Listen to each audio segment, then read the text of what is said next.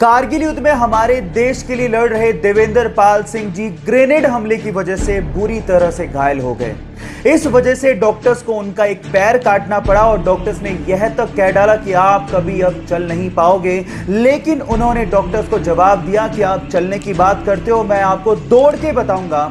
उनकी इच्छा शक्ति और 10 साल की कड़ी मेहनत के बाद आज वो इंडिया के सबसे सक्सेसफुल ब्लेड रनर हैं और आज उनके नाम पर 2 Guinness book of world records भी हैं। गाइस, यहां सीखने लायक बात यह है कि इंसान तब तक नहीं हारता जब तक वो अंदर से हार ना मान जाए। इसलिए अपने आप पे विश्वास रखो और आगे बढ़ते चलो।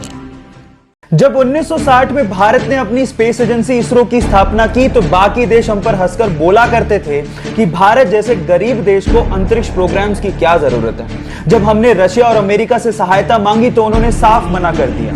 हमारा पहला रॉकेट साइकिल पर ले जाया गया और उसे नारियल पेड़ के सहारे लॉन्च किया गया। इतने बुरे दिन देखने के बावजूद भी आज इसरो ने भारत को अंतरिक्ष प्रोग्राम्स में बुलंदियों पर पहुंचा दिया है।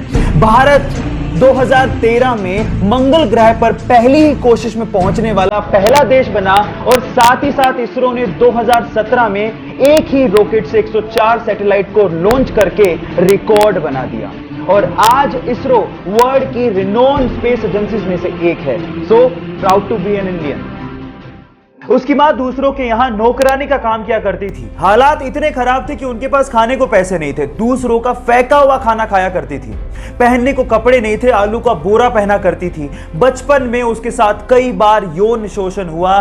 14 साल की छोटी सी उम्र में वो प्रेग्नेंट हो गई और अपने बच्चे को बचा नहीं सकी। इतना सब कुछ अगर किसी के साथ हो जाए तो वो टूट जाता, लेकिन ये टूटी नहीं। अपनी स्टेप फादर की मदद से उसने स्कूल में दाखिला लिया। पता लगा कि वो पब्लिक स्पीकिंग में बहुत अच्छी है और इसके बाद उसने पीछे मुड़ के कभी नहीं देखा। 1986 में आए अपने एक show the Oprah Winfrey show से वो पूरी दुनिया में छा गई और देखते ही देखते दुनिया की सबसे प्रभावशाली और शक्तिशाली महिलाओं में शुमार हो गई। Yes, I am talking about Oprah Winfrey, जिनको अमेरिका का सर्वोच्च सम्मान भी दिया गया। या उनकी लाइफ से सीखने लायक बात यह है कि परिस्थितियां कितनी भी कठिन क्यों ना हो, नेवर गिव अप।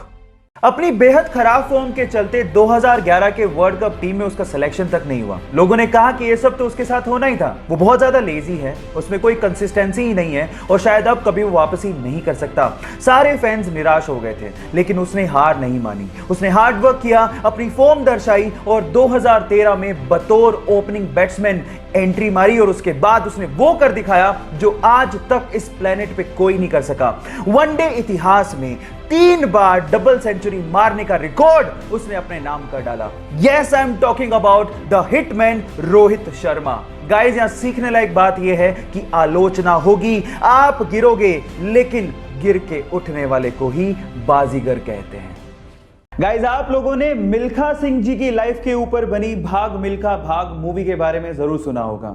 अब इसी से जुड़ी एक इंस्पिरेशनल बात मैं आप लोगों को बताने जा रहा हूं। इंस्पिरेशनल बात यह है कि मिल्खा सिंह जी ने भाग मिल्खा भाग के प्रोड्यूसर से एज अ रॉयल्टी मात्र 1 रुपया चार्ज किया। जी हां गाइज, मात्र 1 रुपया। वो चाहते तो कितना भी चार्ज कर सकते थे, लेकिन उन्होंने ऐसा नहीं किया क्योंकि वो इस मूवी से पैसा नहीं कमाना चाहते थे, बल्कि वो ये चाहते थे कि वो इंडियन यूथ को एक मैसेज दें जिससे वो क्रिकेट के अलावा बाकी स्पोर्ट्स पर भी ध्यान दे सकें और भारत, हमारा देश, इन बाकी स्पोर्ट्स में भी बहुत अच्छा कर सके।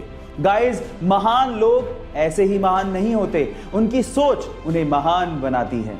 इस फैक्ट को जान के आपको कैसा लगा, चैट सेक्शन में लिखना मत भूलिएगा।